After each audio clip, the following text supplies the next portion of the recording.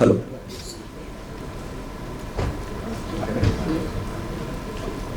Welcome back and good afternoon once again. Good afternoon, everyone. Amazing. Post tea break, I think second day of National Conference on Capital Markets. Extremely delighted myself as CA Rudiesh Pankania, the Regional Council member.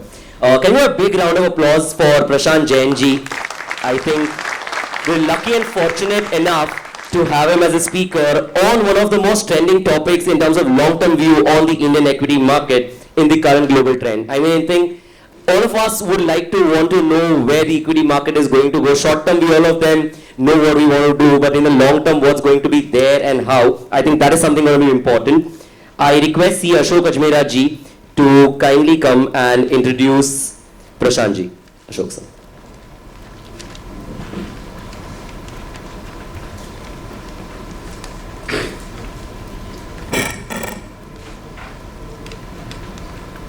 Good noon, friends. It's indeed my great pleasure and privilege to introduce before you all this fine day, Sunday, one of the world's most famous and performing fund manager, Shri Prashant Jain. Prashant Jain was till recently, or even I would say he is under the notice period now, still another 2 days to go, Chief Investment Officer at HDFC Mutual Fund, a leading mutual fund of India from 2004 to 2022. During his tenure, HDFC Mutual Fund assets, friends mind it well, grew from 3,000 crores to 4,25,000 crores. And out of which 2,10,000 crore was equity and equity oriented funds. He has a very rich experience of 31 years of investment management services. Prashant ji holds the distinction of being the only fund manager in India and one of the few globally to have continuously managed a scheme for 28 years.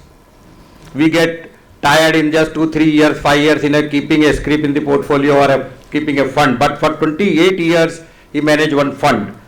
This fund, namely HDFC Balance Advantage Fund, earlier it was HDFC Prudence Fund before takeover, a hybrid equity and debt fund, delivered a CAGR of 17.9% between January 1994 to July 2022 versus the CAGR of 9.6% in this period of Sensex. You can understand when CAGR is all 2.5 times more than normal Sensex, what could have been the advantage to the people who invested in this fund. Apart from being the most awarded fund manager in India, in fact I have known him very, very closely and tracking him to a great extent for many years. He has also the distinction of being the only fund manager in India to have managed 1 lakh crore of equity fund, single fund of 1 lakh crore. He is the only one in India. Some refers to him as the contrarian investor, some a value investor. I am one of them. But he considers himself to be a rational investor. He has probably called and seen every cycle in these last 3 decades of his career, and he picked up the stocks little early, but eventually right at the end. His key winnings times over this period was technology in 90s, old economy from early 2000 to pre-Lehman Brothers fall, consumer from pre-Lehman to mid-2010s, and corporate banks, energy, defense, utilities, etc. in last phase of this 10-11 years. On the other hand, he also successfully called the tech bubble and avoided the excess of pre-Lehman infra, power, etc., including the famous talk of power. He called it a day the HDFC when the investment performance was strong and ensured a seamless and smooth transition of his leaving HDFC fund. He completed on qualification front postgraduate diploma from Indian Institute of Management, Bangalore in 1991, Before this, he has obtained a bachelor's degree in mechanical engineering, mind it again, in mechanical engineering from Indian Institute of Technology, Kanpur. So, IIM and IIT. Prashant ji has worked with SBI Mutual Fund from 91 to 93, as well as Zurich India Mutual Fund 93 to 2003 in different capacities. He moved to HDFC Mutual Fund subsequent to takeover of Zurich India Mutual Fund by HDFC in 2003. That is why that continued period of 28 years of managing one fund. With this, friend, I introduce to you all, I would say, the best fund manager of not only India but globally, Shri Prashant Jain. Thank you.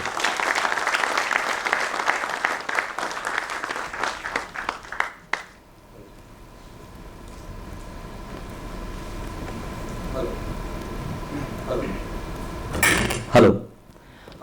I request the Regional Council member Ketan Sayya sir to kindly welcome Prashant ji with a bouquet and a memento. Can you have a big round of applause for Prashant sir?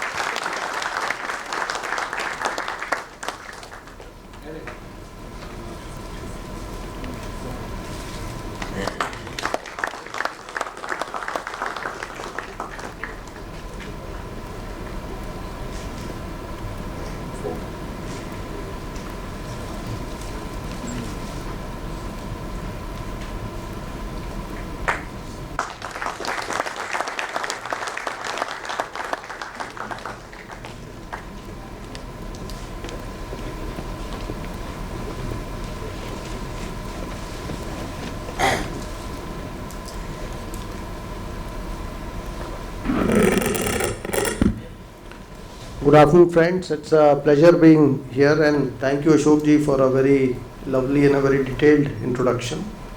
And I also thank WIRC team for having given me this opportunity to share some thoughts with you. And thank you especially for coming on a Sunday. So it is said that equities are actually slaves of earnings. And equities are a very simple asset class. But what is simple is not easy. And there are many examples we experience every day. For example, meditation is very simple. I mean, be thoughtless, that's meditation. But try doing it and you will realize it is not easy at all. It's very difficult. Eat less, speak less, very simple. But try doing it and you will realize not simple at all, not easy at all. So equities are like this. They are an extremely simple asset class, but not an easy asset class. So let me try and make equities easy as well for you today. So what are equities? I mean, if I would describe equities in one line, I would say an equity is an asset where the short term is very highly unpredictable. And most people spend their whole lives in trying to forecast the short term movements of equities. And if two people have been in stock markets for 30 years and they meet after 10 years, before asking you how are you or how is your family, they'll ask you kya lagta hai? What is the short term view of markets? So despite having 30 years in equities, we still feel what is going to happen tomorrow. So believe me, that is not possible to forecast. And I will give you 2 or 3 examples that should convince you why forecasting equities is extremely difficult. The good thing is it is not essential to forecast short term also to be a successful investor in equities. So you will agree with me that we need 2 things for a trade to take place. For any share to trade, we need 2 things. What are these? A buyer and a seller. So same company, same time, same price, same EPS, same PE, same everything. Unless 2 people think exactly opposite, the share will not trade. So every trade represents the meeting of 2 very different opposite opinions. And only one of them will be right. So this tells you that for every trade, at least half the people are getting it wrong. So this is a very simple fact that if you try to time the markets, others are also trying to time the markets. Half the time you will be wrong and half the time someone else will be wrong. So timing is actually quite futile. So you can also look at equities like the toss of a coin. It is the simplest problem in the world. I toss a coin, I ask you what is the outcome, head or tails? No one is able to answer. So equities are like that. In the short run, they may go up, they may come down. But this is what the human mind refuses to accept. Because we want to know what is going to happen tomorrow. But equities, actually that is what everyday life teaches us. If you ask me what am I going to be doing tomorrow, I will tell you. After 6 months, I will tell you. But if you ask me after 5 years, then I will say, look, I really don't know. I can guess. But equities are the opposite. They are very hard to forecast over short periods. But over longer periods, equities become easier to forecast. And why is that? It is simply because over long periods, equities are slaves of earnings. If a business grows 10 times over 20 years, the share would also grow nearly 10 times over 20 years. If you bought a typewriter company 20 years, 30 years back, it has gone to zero because the business has gone to zero. So you can go back and check any company, whether it's HDFC Bank or Tata Steel or Infosys. Look at the long-term wealth creation and you will find it is closely linked to the long-term growth of profits. Now, what are profits? If you look at the overall context of the markets, if you look at Sensex or if you look at Nifty or the whole markets, all the companies in the country put together form the economy. So it is reasonable to expect that the growth rates of all businesses on an average is equal to the growth of the economy itself.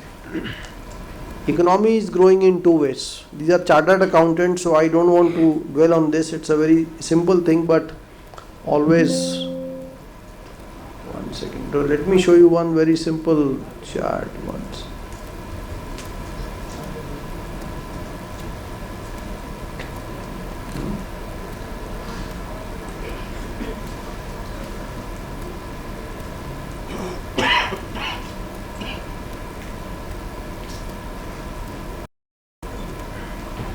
I think this chart has disappeared.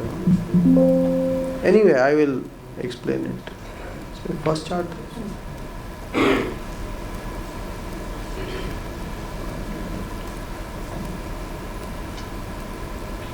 Yeah. Okay. So this is a very simple chart. Any economy grows in two ways. Any business grows in two ways also. If you look at Maruti's growth rates, one is the volume growth of cars, 8%, and the second is the growth of selling price of the car, maybe 6%. So Maruti's sales will grow 8%, real growth, and 6%, price growth 14%. Similarly, this is the growth of India's economy over last 40 years. The blue bars is the real growth of India, the volume growth of India. If you look at the volume growth of all the sectors, businesses put together, that is the outcome, and the yellow bars on top is the inflation. So what do you observe when you look at this slide? What is the first thought that comes to your mind? Pardon? No, that is a investment objective, but when you look at the growth of the economy in real terms, the blue bar is the real term growth, and the yellow is the price growth. So I think that's the key thing. See, India is a very unique country. Over last 40 years, despite all the events that have taken place, which we have noted at the bottom, so 9/11, Lehman, Brexit, tapering, Gulf crisis, the Asian crisis, elections, many scams, this economy has continued to grow. And the total growth of this economy has been roughly 14 to 16% a year. So whichever decade you look at. And that is what is the most powerful thing about India. So we'll come to it as to why is this economy growing at such a steady rate. If you look at the blue columns, the growth rate was 6%, 6%, and 7 and 6% in last 4 decades each. So almost the growth is nearly constant around 6-7%. So why is this economy growing at 6% a year? So let us spend briefly a few minutes on that, because that is the key to equities. If this economy stops growing, then there is no way you can make sustained wealth in equities. You can trade in, trade out, but it will not be wealth creation. So why is this economy growing?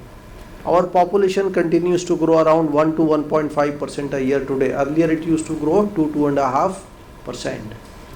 Joint families are breaking down.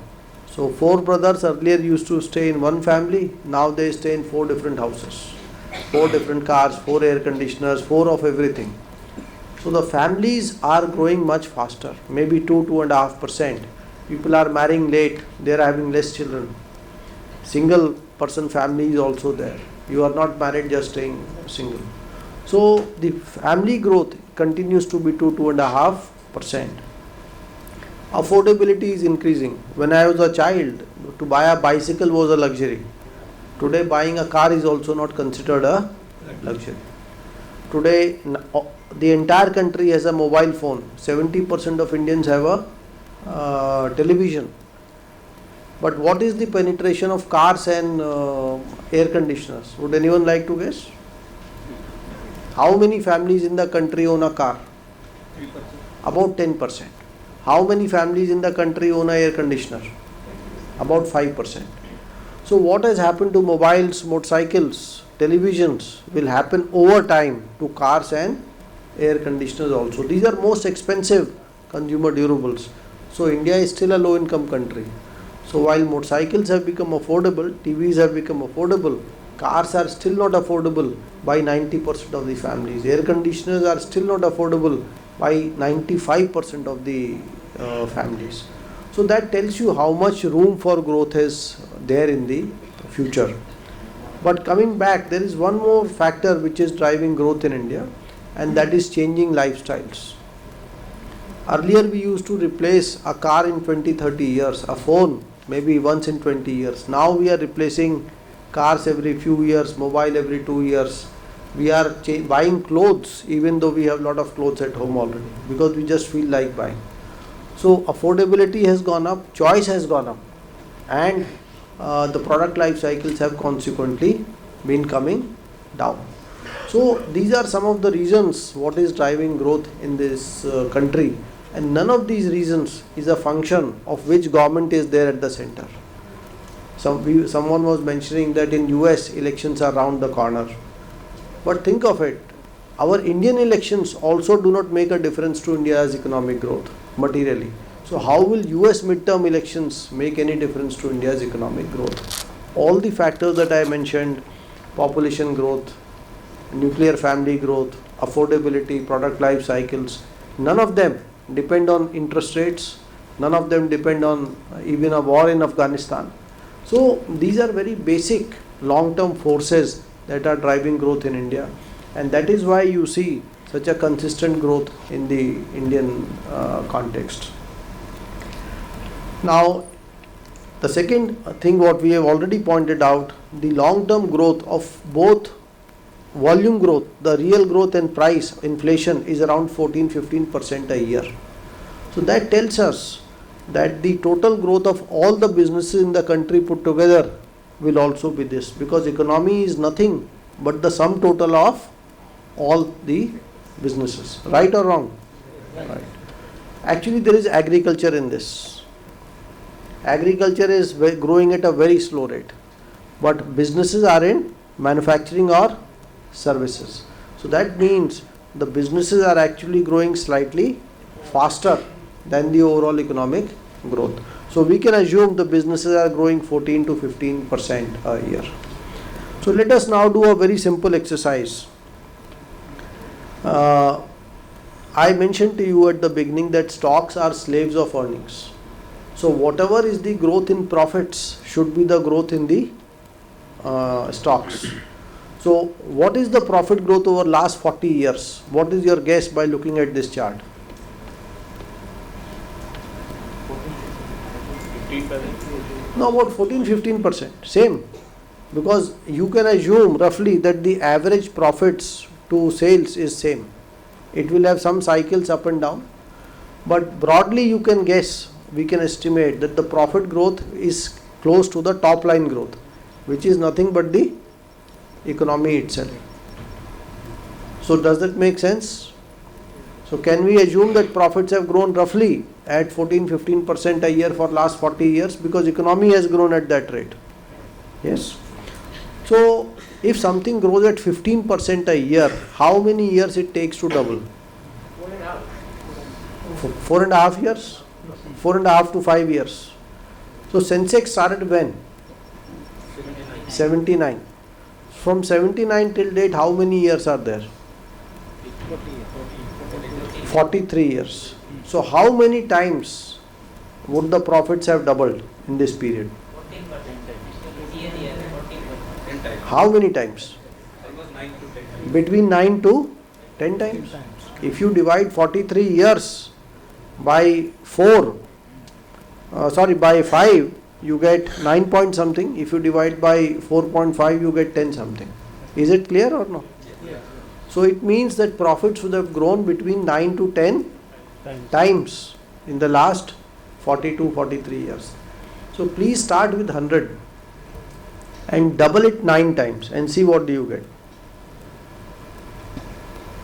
So CAs are faster at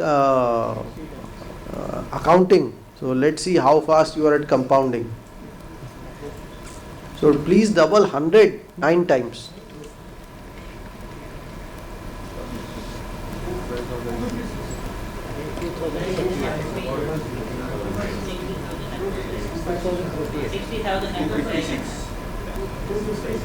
No, you have doubled 8 times. You double 9 times. So let us count it. First time you double, what do you get? 200, 400, 800, 1600, 3200, 6400, 12,800, 25,600, 51,200. If you double it one more time, you will get 1 lakh something. See, the Sensex is in between these two numbers.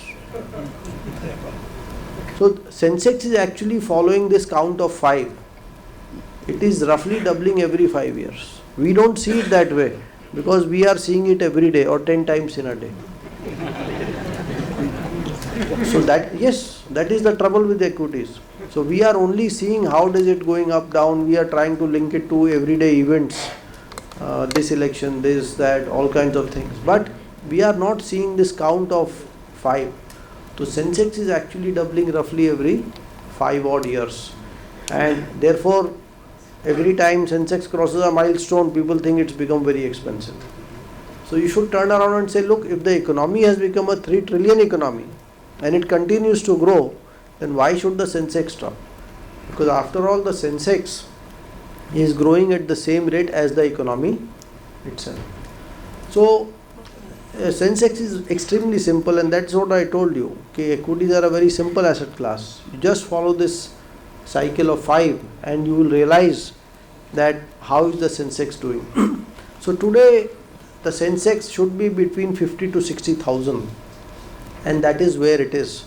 So it is neither very expensive nor very cheap.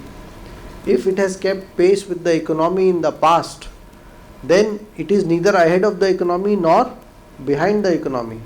That means the next 5 years it should also keep pace with the economy. So that is our assessment of the Sensex. If Sensex today had been at 30,000, let us say, then what would we guess for the Sensex for the next 5 years? It should grow faster than the economy because it has fallen behind the economy. If Sensex was at 90,000 today, then what should we guess? It has moved ahead of the economy. So just count the Sensex returns for long periods versus the economic growth in long periods. If Sensex is sharply ahead of the fair level, then it means it is expensive. You should have low expectations from the Sensex. If it is behind, then it's a good time to catch up. This is what happened when COVID happened. Sensex had fallen to what levels? When COVID hit, in the lockdown, Sensex fell to what levels? So it was much behind the economic growth, and that is why it has bounced back so fast. See, COVID impacted economy for 6 months, 9 months. But humans are very good at improvising, at adjusting to whatever is changing. Even if there is a war in Ukraine, they are still celebrating Independence Day. I am sure it is very difficult, but you can see still the economy is probably, maybe it's down 10-20%, but 80% still is there, and when it is over, then you will again tend to bounce back. So that is why I often say that the best investments are often made in the toughest of times, because it is the toughest of times that gives you the greatest of values. It is in panic that you will get an asset worth 100 at 50 rupees, but at that time no one wants to buy because fear is dominant, and in very good times the same asset of 100 is available at higher prices because greed is dominant. So that is why it is said that EQ is more important in investing than IQ. So Warren Buffett has said that if you are high IQ, then you are wasting your time in capital markets. You should be designing rockets, or you should be like chartered accountants working with companies. So capital markets is for low IQ, ordinary IQ people, but for people with great EQ. So I mean, why I am saying this is because equities is not a very complex subject. It is simple. It needs more patience and more, a contrary behavior.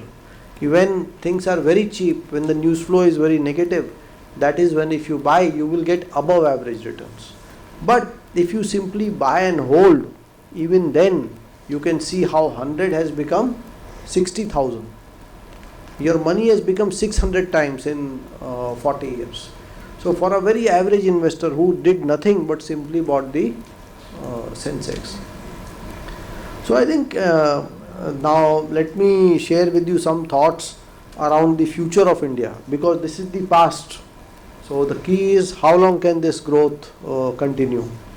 So as I said, the air conditioner penetration in India is still 5%.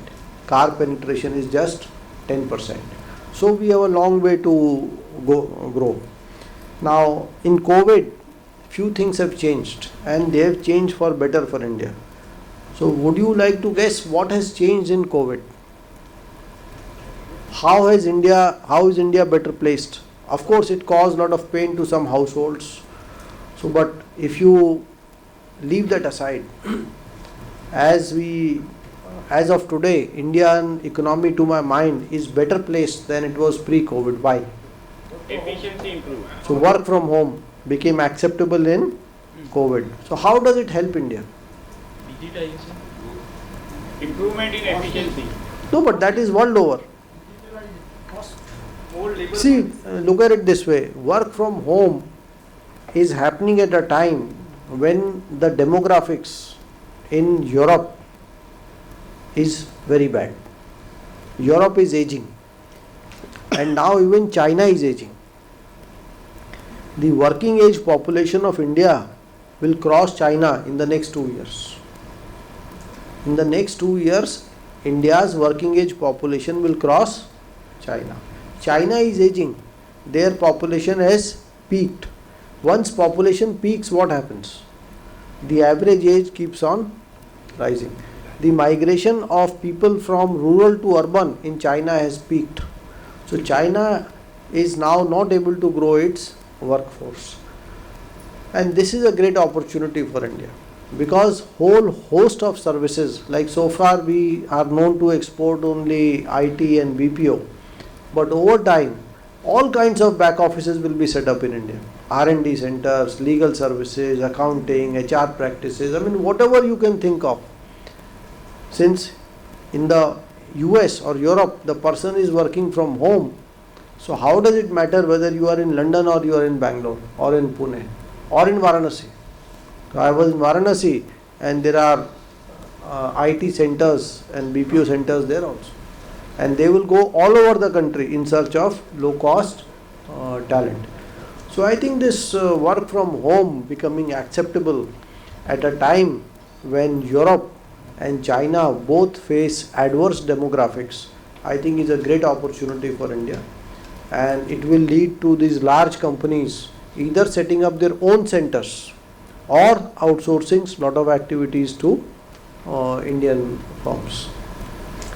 And India presents a unique opportunity. It has a lot of young people, it has low cost, it is English speaking, and digitally India has moved ahead very sharply. All of us know that. And these are and we have a very large number of people. If you go to Vietnam or Malaysia or Indonesia, their population will be probably half of Uttar Pradesh or something like that. So India is a very large country, 15% of the world's population, the youngest population in the world, English speaking, low cost, work from home. So I think it's a great opportunity for India. And this was expanding slowly pre-COVID, but now as work from home has become acceptable, I think the adoption of remote services, remote work will lead to much faster growth in this space. The second opportunity for India is, as we all know, China is the world's factory, and India lost the manufacturing race or opportunity 20 years back. And today China is what India is to software services, China is to manufacturing. Now, but I think there again the opportunity is knocking second time. So for us to India to get back into manufacturing, because what is happening now is few things. One, China's wages are 2 times of Indian wages now.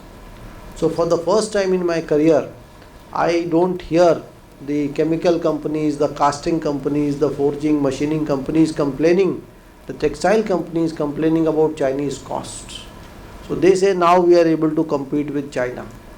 Their costs are same or higher than us. So that is because China has grown very fast. So when an economy grows fast, the wages go up.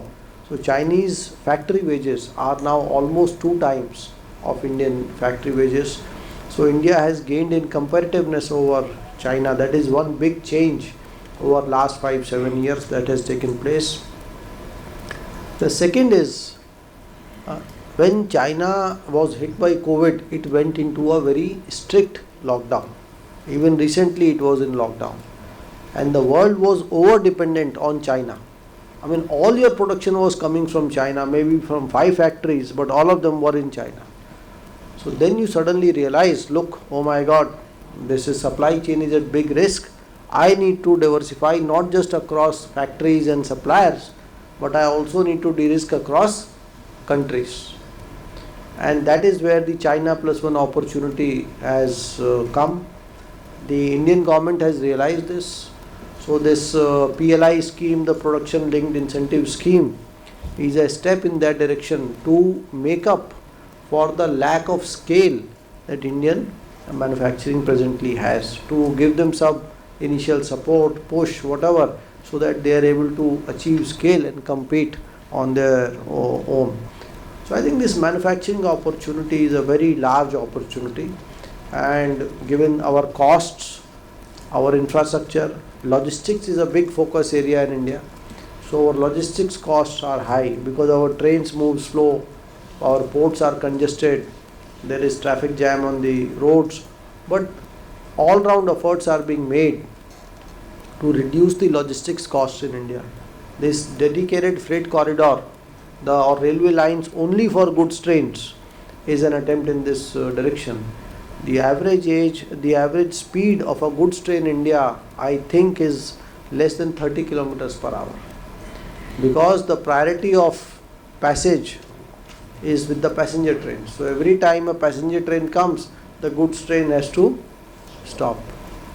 So once you have a dedicated freight corridor, then these trains can move at 80-100 kilometers per hour.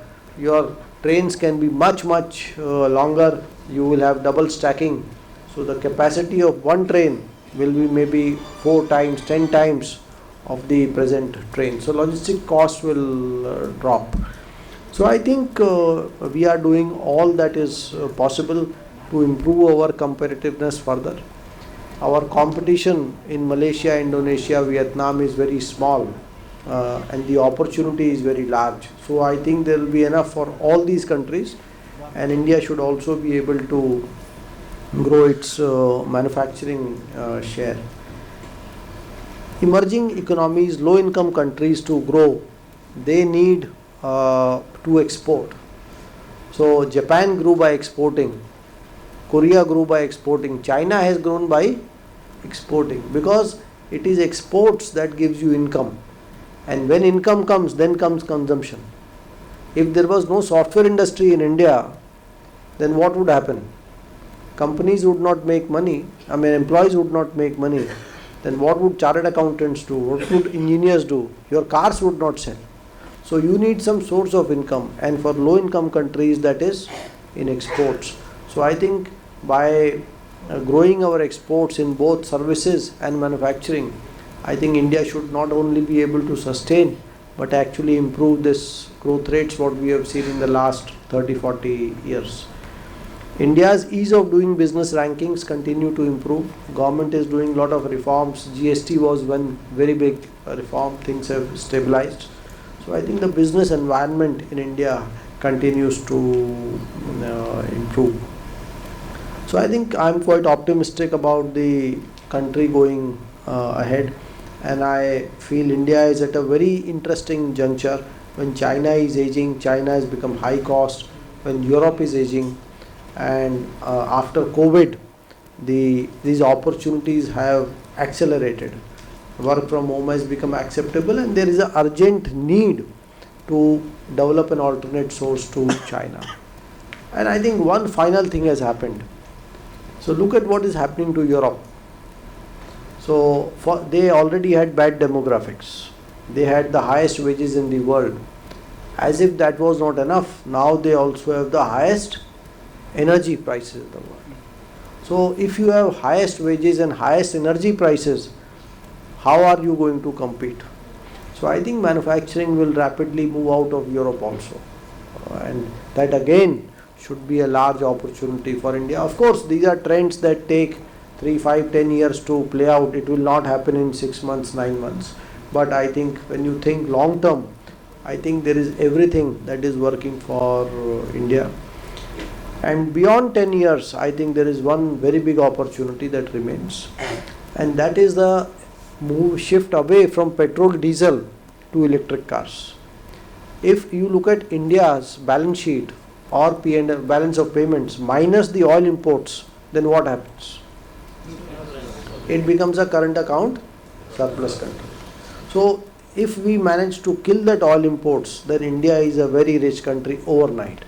I think it is likely to happen over 10 years, maybe longer, because as we switch petrol, diesel cars to electric cars, it will take 10 years, may take longer, it will not happen in a short term. So I think over time, then once India becomes a current account surplus country, then your prosperity can increase much faster, because the rupee will stop depreciating, because the inflation will collapse, interest rates will move down very low, and India can accelerate per capita income much faster. So this is what I wanted to share with you, and I am happy to answer any questions that you have. Sir, you can extend your talk a little bit on stock picking, and the way you manage your funds so very well consistently. I think that you can spend some time on that, sir.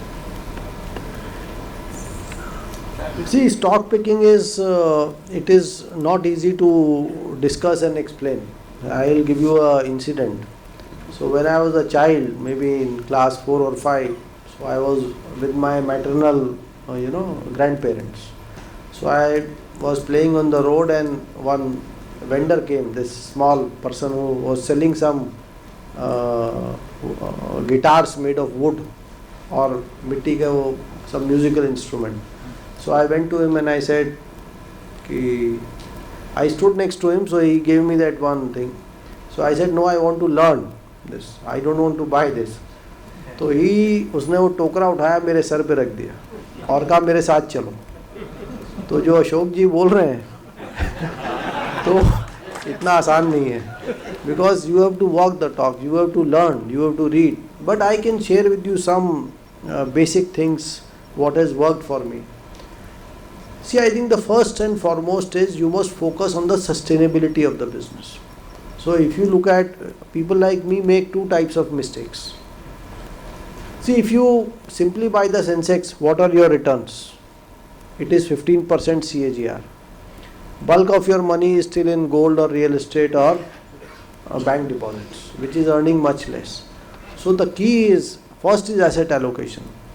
See, we are impatient by nature. If someone tells you 15% a year, you are not excited by it, even though a lot of your money is earning 6% a year. When it comes to equities, you want it to grow much faster. It is very difficult. So he shared with you that the fund that I have managed for almost 29 years delivered 18% CAGR. It is 3-4% higher than this. That's it. So it is a very good score. But you can see that even that score is not 25 or 30% CAGR. So first is we must have realistic expectations of what equities are capable of. People compare, the mistake what many people do, they invest in very lopsided portfolios.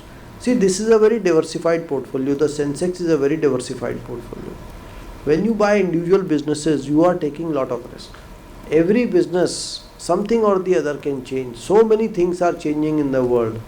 Oil prices go up, something happens. They come down, some other business benefits. Interest rates go up, something happens. Steel prices go up, come down. So many things are changing. Some management may change for good or for bad. So I think we must approach equities not as individual stocks, but as portfolios. That to reduce risk, I must diversify across sectors and stock by discipline, which most of us don't do. If you like some stock, then you will buy 3 stocks in that sector, and then it will do well for some time, but you will not know when to sell, and then you will complain after 5 years. Look, this stock is doing nothing. So I think first and foremost is we must manage diversified portfolios, and we must have realistic expectations from equities. Equities will make you very rich, but only by the time you are old. They will not make you rich at a very young age. To get rich at a young age, there are 3 other ways. One is to be born in a rich family, the second is to marry in a rich family, the third is to do something innovative. Set up a Google or a Facebook. The world's richest people are one business owners, but they have done something unique. So if you want to invest and become rich, it is going to take time. For 99 or 90 out of 100, 1 or 2 may be exceptionally talented or they may be exceptionally lucky, but you cannot generalize by exceptions. So now when it comes to building diversified portfolios, what should we focus on? I think the first test is sustainability of a business. So buy businesses that are good quality, that are sustainable. This is easier said than done. In every cycle, what happened in the technology in 2000? Everyone bought all kinds of technology stocks. 8 out of 10 don't exist today. In 2007, what were the most popular stocks? Many of them have disappeared. So, I will tell you and you will say yes. But tomorrow when you see a rising stock price, we forget all of this. So that is again coming back to EQ, that maintaining discipline in equities is very simple to explain but very hard to keep. Because when a stock price is rising, look at your portfolios. How many stocks would be there because they are rising stock prices, and not because you feel they are genuinely sustainable or you have really understood them well. So I would say that is the first key thing, that we must focus on sustainability. So I did a recent scorecard of last 20 odd years, because data prior to that is not available. So I invested in 465 stocks. I lost money in 1 out of 4. Made money in 3 out of 4. But the interesting thing is, the losses were very small. All the losses put together are less than the profits of one of the large winners. So the key is, see, there are two ways of beating the Sensex. Most people, what do you try to do when you are trying to beat the Sensex? You will buy stocks which will grow faster than the Sensex, right? That is what everyone is doing. But there is another way. You identify 5 stocks or 10 stocks that are very bad and don't buy them. Buy everything else. You will still beat the Sensex, right? So the second, we are identifying the weak or the overvalued businesses and avoiding them. And then your average will be higher than Sensex. And that is basically you are eliminating mistakes. So if you want to earn above average returns, don't just go for the winners. Focus on eliminating your mistakes and your average will always automatically come up. So focus on sustainable businesses. And second is, I think, which is most difficult, focus on value instead of the direction of price. So most people buy stocks that are going up and they will not buy stocks that are not going up or going down. So because they focus on the direction of price movement and less on the value. So I have focused on value, and value may disappoint you for 6 months, 1 year, 2 years because momentum is not with you, but over time the prices converge with the value. And if you buy an overvalued stock, it may give you returns for 6 months, 1 year, 2 years, but over 5 years, 10 years it is unlikely to be profitable. On the other hand, if you buy a good business at a good price, it may not give you returns over 2 years, but over 5-7 years it will give you much better returns. So I think this is what I have followed. Try to reduce your mistakes, remain diversified, focus on sustainability of businesses, and above all focus on what you are buying. If you want to go and buy a vegetable, if you want to buy clothes, if you want to buy a car, do you ask for 2, 3, 5? Do you go to 5 shops or no? Are you looking for the best deal or no? When discounts are there, you shop more than what you need. Yes or no? Why? Because we are trying to save 10 rupees to 10,000 rupees in everything what we do. But it is in stocks, the only thing where you buy things very expensive is stocks. If a stock falls from 100 to 50, very few will buy. But if it goes up, more and more people want to buy. Why? Because in everything else we are seeking value, and here we are seeking quick returns, and we are simply extrapolating the direction of price movement. A falling stock means it will continue to fall, a rising stock means it will continue to rise.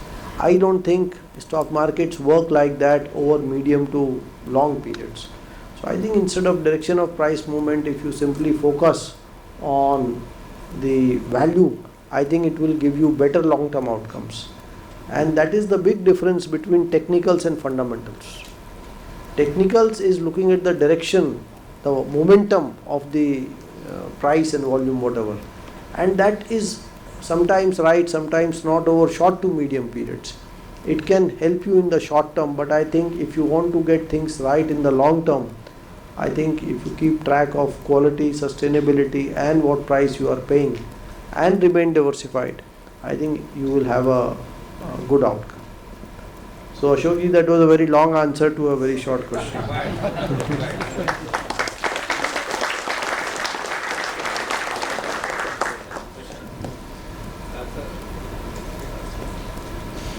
Sir, you can say. No, I'm okay. I'm okay.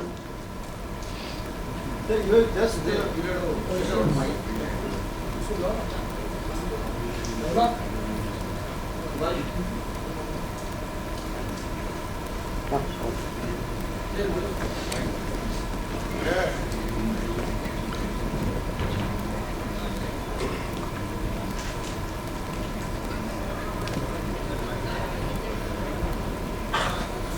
Sir, you have mentioned two things, sustainability and value.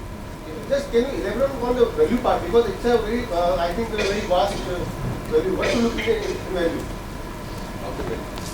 What to look into value? Thank you. वो फिर वही टोकरे वाली story सुनानी पड़ेगी. See, value is, I mean, strictly speaking, you have to do a DCF of the business. The future cash flows you have to discount and give a terminal value, and it is, and no one knows the real value. I also don't know. So we are trying to do is, we are trying to work with conservative assumptions and arrive at a value. And so you will get a, someone has said it is better to be approximately right than be precisely wrong. You get my point? So I have a rough idea of value. No one has an exact, even the management does not know the business outlook 10 years from now. So I think आप लोग तो chartered accountants हैं. You understand free cash flow, you understand DCF. So we are doing the same things. Only thing is, if you understand the business well, you will have some view on what growth, for how long this business can sustain. DCF is sometimes slightly complicated. Yes, which I think you have made prior to GFCs. If I'm right, I think you had prior to 2000 had just moved off infra and those kind of sectors. So can you give a guidance as to what data points or what came to your notice where you felt that these sectors are not going to perform post 2008, irrespective of the fact we had the Lehman issue? So some point, some glance It is very simple. See, it was utilities and NBFCs. So I will not take names, but one of the prominent NBFCs that went bust had the market cap of the best private bank in the country. You can go back and check. As simple as that. Utilities were trading at 4 times price to book. Now what is a utility? It's a business where the ROE is controlled, is capped at 12, 14, 15, 16%. So if you are paying 4 times price to book, that 100 rupee per earning is 14 rupees and you are paying 400 rupees. So it is either 30p or 4 times price to book. So it was, see, equities are a simple asset class. So there is nothing complex in this. But why did everyone buy those power companies? Did they do any work on that? Nothing. Why? Because there was whole environment was that this will continue to go up. It offers you rapid prospects of gains. So I don't think it was complex at all. You knew the market cap of real estate companies, right? And most of the real estate companies in the country operate in one city or one state. There are very few pan-India builders. So then you said if one city builder is at 1 lakh crore market cap, if all builders were to list, this will become some very big number. And then you realize something is wrong. So I don't think it is, it was difficult to, so valuing a business is not difficult. What is difficult is the discipline to avoid buying overvalued businesses, even if they are going up. So that is the most difficult part. So I think most of it is commonsensical, and that is why I think what Warren Buffett has said is very apt, that I think he has said that common sense is not so common, something like that. Sir, you did IIT and IIM and then you went to equity. So what was the thought process in that? No, it was more of a, coincidence, I would say. So after IIT, I did not want to go abroad, so I did MBA. And after MBA, there were only 2 banks in financial services who used to visit campuses for good roles. One was ICICI, one was SBI Caps. So I joined SBI Caps, and you will not believe this, but they put me in equity research because I was the last one to join. And those days equity research was not a preferred option. So it was just a coincidence. Sir? Sir, आपके sir Yes, please. अभी आपने AC के लिए बोला वो 5% का penetration है, तो उसका पिक्चर अच्छा लग रहा है आपका सुन के, लेकिन अभी जैसे ग्रीन हाउस और ये कार्बन का सब जो बात चल रहा है एनवायरनमेंट का, तो उसको असर नहीं पड़ेगा, मतलब कुछ इसका इफेक्ट? देखिए, 5% penetration जो मैंने आपको बताया सबको पता है. So there is nothing which I have told you which most people in equities would not understand. But one is this carbon emission, it will lead to newer technologies. It will lead to air conditioners that are emitting less. जैसे पहले वो CFC use करते थे, फिर HFC use करते हैं, अब HFA करेंगे. मतलब these are different refrigerant gases जिसमें कार्बन एमिशंस थोड़े कम हो जाएंगे. Your star ratings are coming in air conditioners, so you use less and less power to cool. I don't think air conditioners are going away. They will have to become more efficient as cars are becoming more efficient. So air conditioners should grow longer term, but it is very expensive. So how much does the air conditioner cost? If you buy a 1 ton or a 1.5 ton air conditioner, how much does it cost? 35,000. And what is 2/3 of Indians are earning? I mean, what is the level of income of 2/3 of Indians?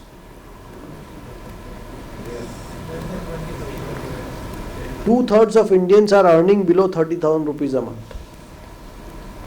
2/3 of Indians are earning below 25 or 30,000 rupees a month. तो देखिए 30,000 का AC तो वो खरीद सकता है. Even a driver can buy a 30,000 AC. Then why is he not buying? Operating cost. How much does it cost to operate that AC for 1 hour? 1 ton AC roughly 1 unit. So 8-10 rupees, 12 rupees. So दिन का 4 घंटा चलाया, 6 घंटा चलाया. One is you cannot run a AC for 4 hours. If you get used to it, so let's say even if you use it for 4 hours, then it is 40 rupees into 30. It is 1200 rupees.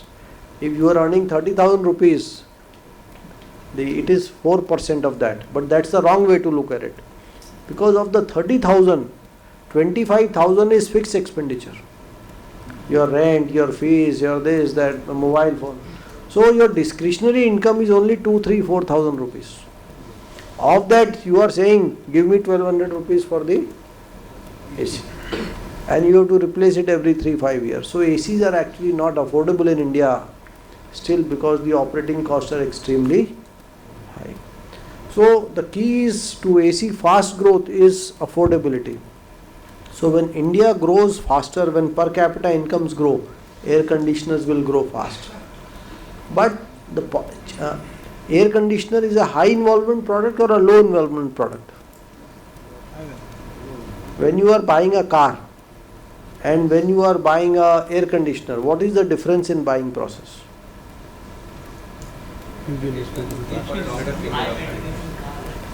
No, when you are buying a car, you will pay a lot of attention, you will take a lot of time. You will look for features, this, that, you are very brand conscious, you will do a lot of. But when you are buying a air conditioner, okay, let me ask you a different question. When you are buying a piece of jewelry and when you are buying a air conditioner, which takes more time? Jewelry. Why? You try to show the others. You are very design conscious, right? You will search a lot. But when you are buying, it's a low involvement product. आपके घर में कोई भी AC लगा है, हमको ज़्यादा उसकी परवाह नहीं है. If you leave 10% of the homes who will buy the best air conditioners, whatever Panasonic or O General or Daikin, but bulk of the market is you are not really worried about the brand. You will go for what is cheaper. So pricing power in AC is very, very less. So that's why I think it's a good business, it can grow. But where will long-term margins settle? I don't think that we have the answer yet. So, I mean, it is not just about growth, it is also about profitable growth. In some businesses, margins tend to go down over time. Yes. Sir, my question is with respect to two sectors. One is IT and another is insurance. IT sector has already grown much faster and we have seen that growth. So, but as you mentioned, Europe is falling. So, will it have any impact on Indian IT businesses, and another is your view on insurance sector. So these are very difficult questions to answer. I will tell you why. Because I may say something today, tomorrow something will change. Even the price goes up 20% and the view changes. So, and see, that is something which we have to realize, that asset allocation is simple, it is in your hands. But many of us try to do security selection. And that is where the outcome is not good. Look at the history of security selection in India. Most popular investments have always been loss making, yes or no? What was most popular in 2000? IT. What was most popular in 2007? Infra. What was most popular after that? Pharmaceuticals.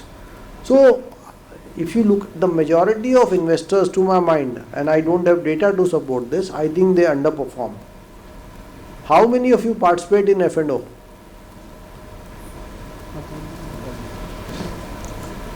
Now, have you done an analysis of that?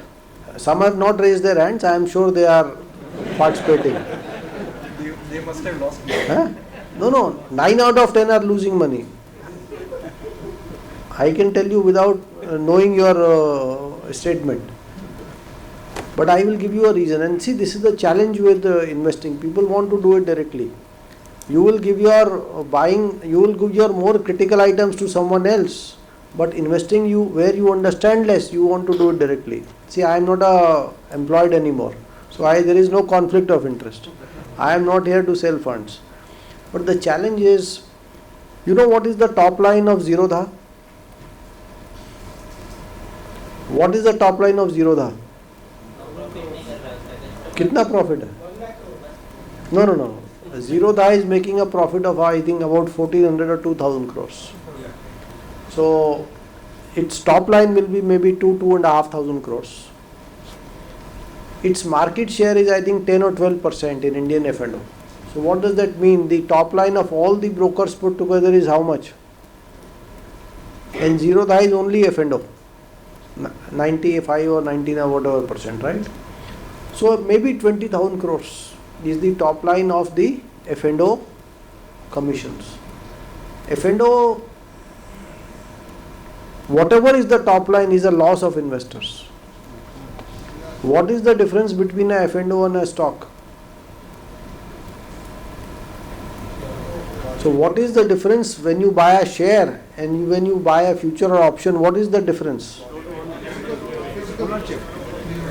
See, in F&O, you can make money only if someone loses money. But in a stock, no one has to lose money for you to make money. All those who buy a stock, everyone can make money if the market cap goes up. And in F&O, you make money only if someone loses money. So it is a zero-sum game. It is not a zero-sum game, it's a negative-sum game. You have to reduce 20,000 crores, 100 crores a day of the commissions that are being paid. So see, 90-95%, there is an NSC study also. But it is logical that most F&O investors are losing money. But still they continue to participate with rising amounts. So the reason I am mentioning this is because he asked about insurance, and if I answer that, it will not stop. It will open up a new, because there are 30 sectors. So we will discuss all the sectors. The point I am trying to say is focus on asset allocation. Get your asset allocation right.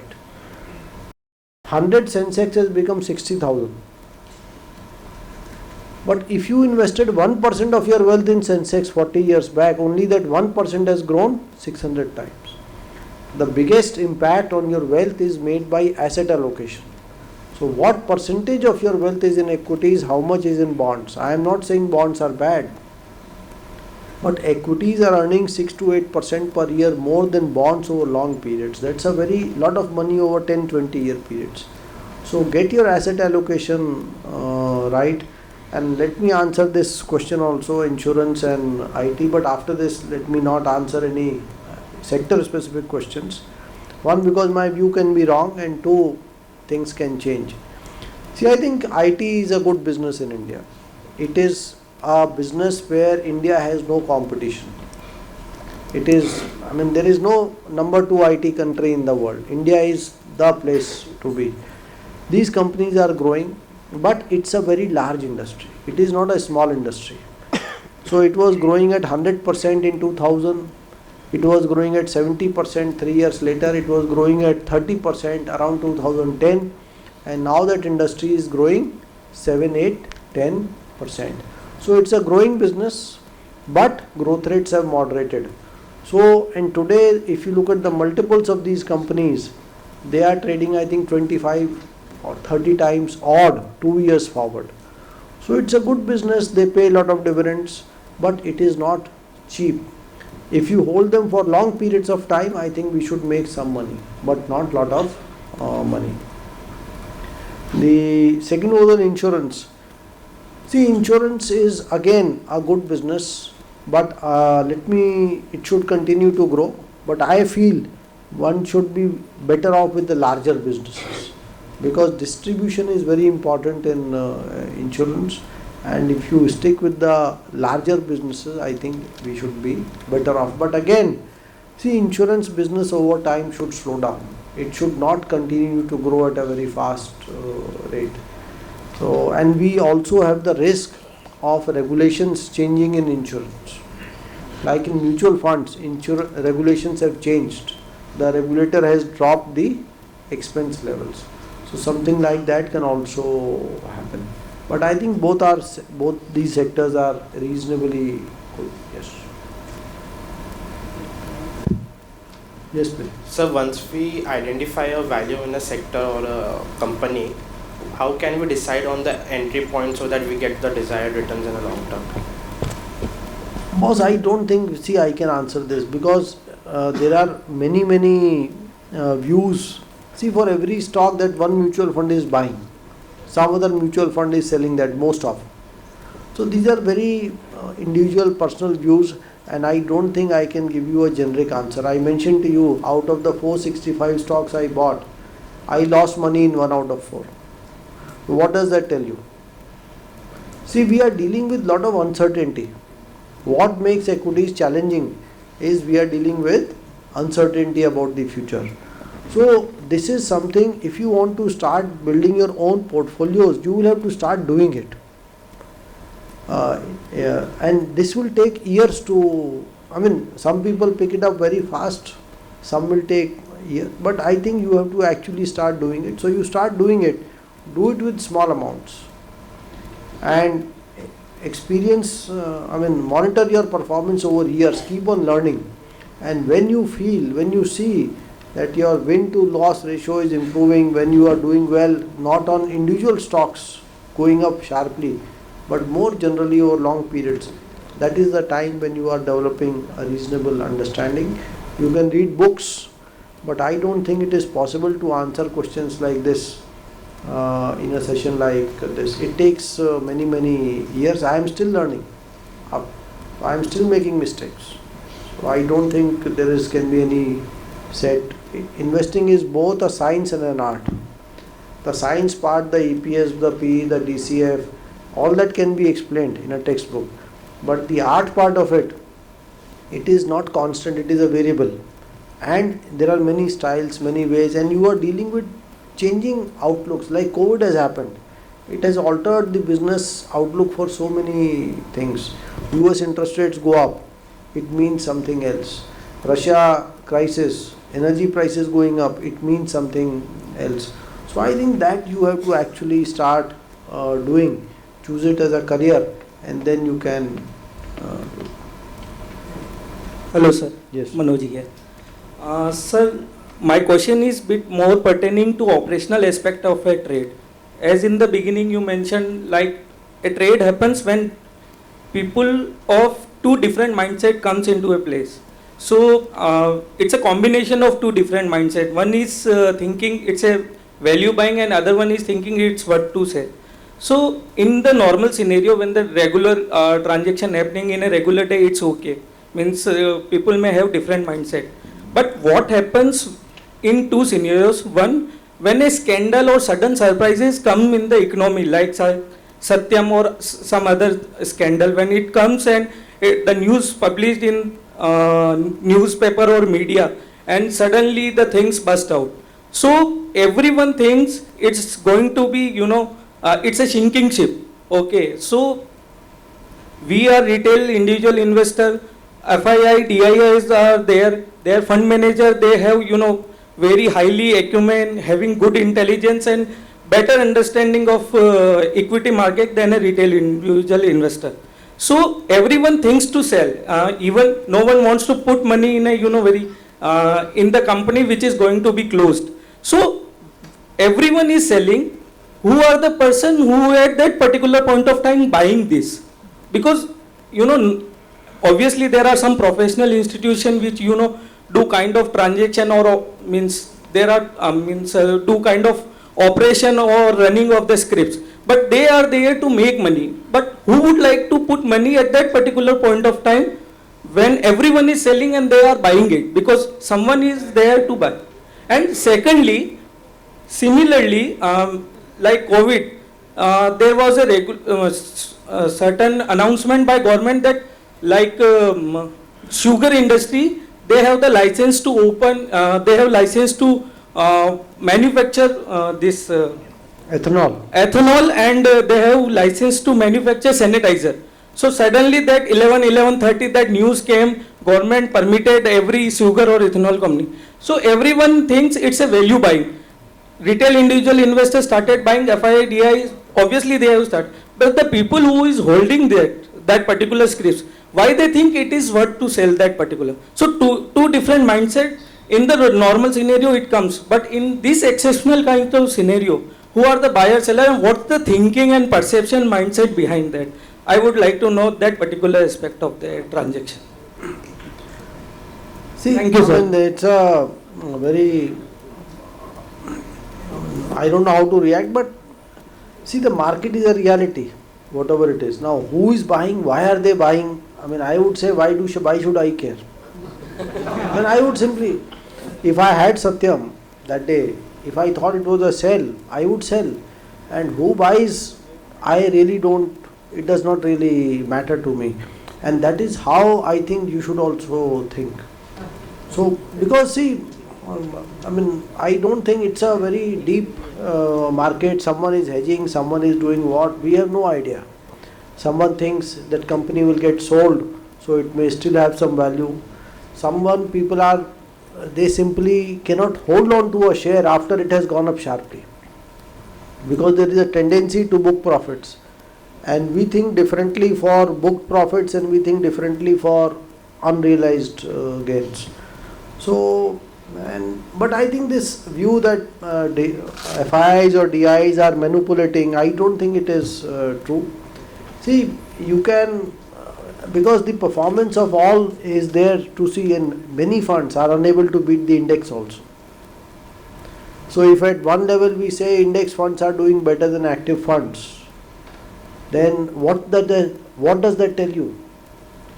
That even people who are doing it for 20-30 years full time, even they are not able to beat the index, and you want to beat the index.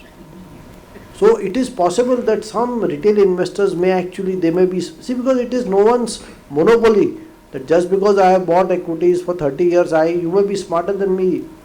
It is a field like that. So, but majority of retail I have seen, they are better off with funds. Because what do these funds cost you? It costs you nothing. So, I think this obsession with direct investing is good to as a hobby. Keep a small part of your money separate if you have a deep passion for equities. And once you do it right for extended periods, then you can start managing larger amounts. Otherwise, think of it like this. There are people who are doing it 24/7 and you can buy their services at a very small cost. So why not? You are interested in doing it yourself or you are interested in growing your wealth. You have to be clear. If you have a good experience of doing it yourself, do it. But I think we need to be very objective about our assessment of direct performance. See, what people do is they never or rarely have a honest assessment of their direct portfolios. If you meet people in a party, there is no one with losses. Yes or no? And no one, I made so much money, I made so much money. So I wonder then who is losing money? So no one is losing money. So because we are not measuring our own portfolios accurately, उसका आप IRR निकालिए, उसको आप compare करिए, उसमें Findo भी जोड़िए, उसमें सारा जो पोर्टफोलियो उसका IRR निकालो और उसको आप इंडेक्स से कंपेयर करो. Then you will realize that most of us are probably not doing as well. So I am not trying to discourage direct investments. Do it by all means, but we should be clear that why are we doing and how are we doing it. Sure. But if I were you, I would simply not worry about what the masses are doing. I would just care about what am I doing. Yes. I think there will be a lot of questions which we can take over lunch. So good afternoon. Thank you, sir, for a wonderful session. So one question that we had is electric vehicles. You said it's gonna be the buzz, and it would solve a lot of problems. So, but 8 years down the line, you see there will be multi-million metric tons of these lithium-ion batteries that would be discarded.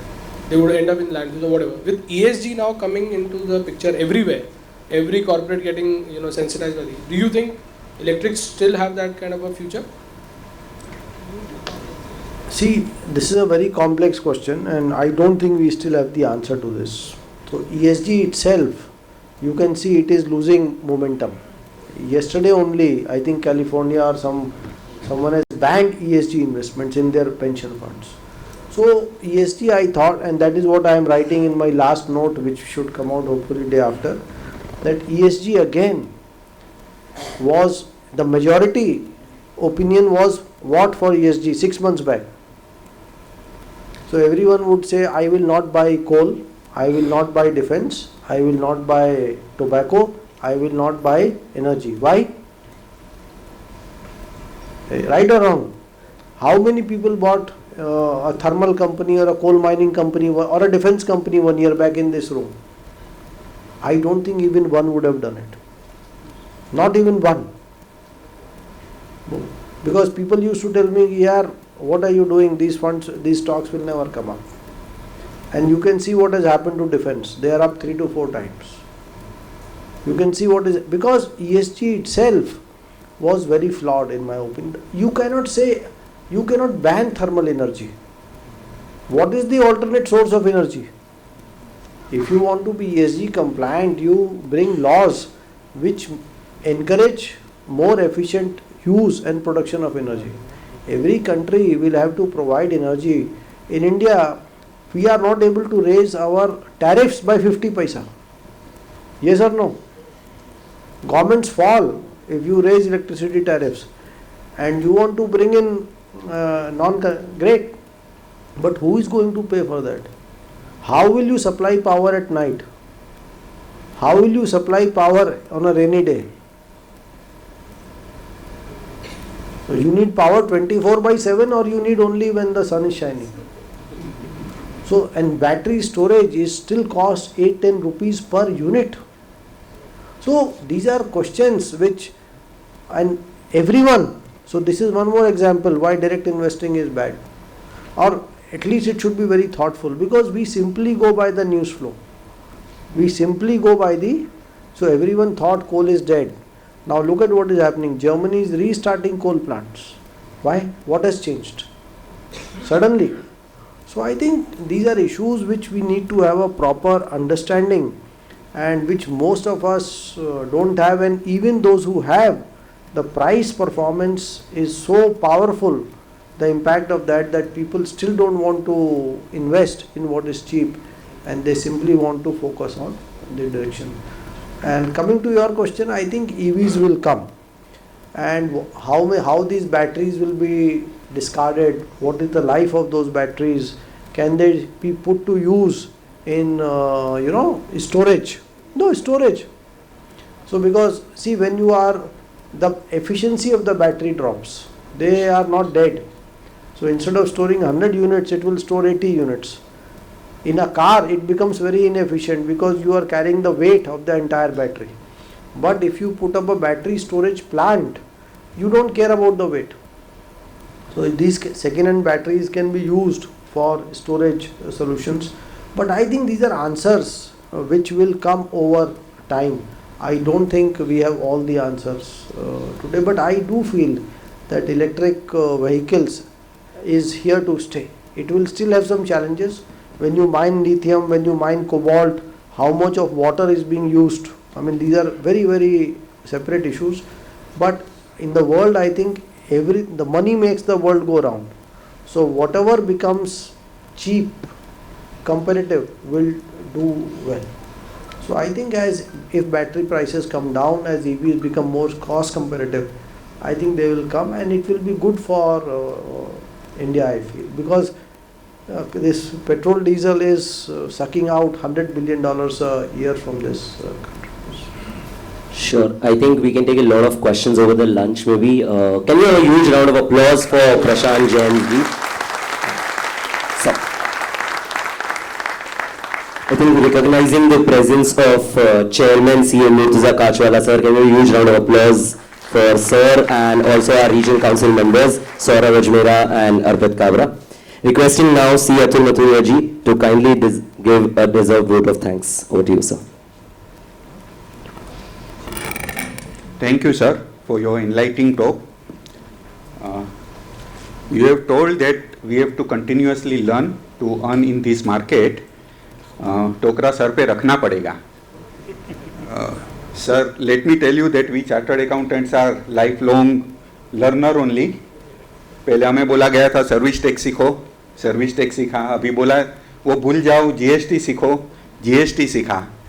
पहले reports बनाते थे माहौकारों में, फिर बोला अभी कारो सीखो आप, वो किया हमने. शेड्यूल 6 किया, अभी बोलते शेड्यूल 3 में बनाओ. मैं शेड्यूल 3 देख रहा था. You know, I was shocked that so many new items have come. I could not understand much.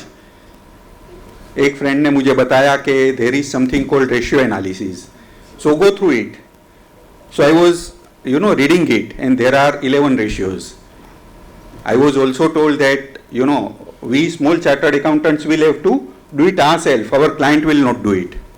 So, मगर ऑडिट फी में 1 रुपया भी नहीं बढ़ाएंगे, तो क्या किया जाए? So another friend like you told, एक काम करो, ये 11 ratios आप लिस्टेड कंपनीज का देख लो और आप वो समझ के वो पैसा मार्केट में लगाओ, आप ऑडिट फी से ज्यादा कमाओगे. So this on lighter note, sir, we have learnt a lot from you, and it is very thankful that you have spared your valuable time and come here. On behalf of WRC and on behalf of all the participants, I would like to thank you, and I request all the participants to carry it with loud applause. Thank you.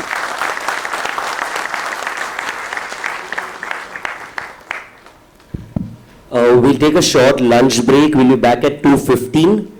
2:15. Those who are observing pollution, for them also the pollution related food is available.